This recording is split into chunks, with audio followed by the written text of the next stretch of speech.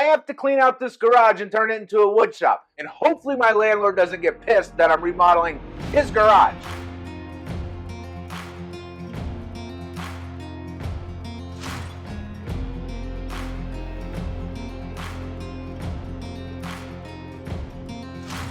Poor boy from the backwoods, thought I never would find my way.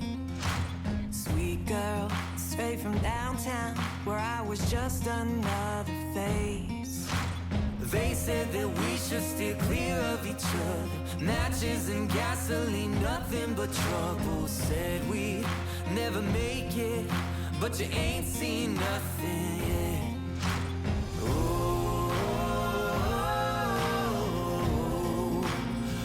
Just getting started.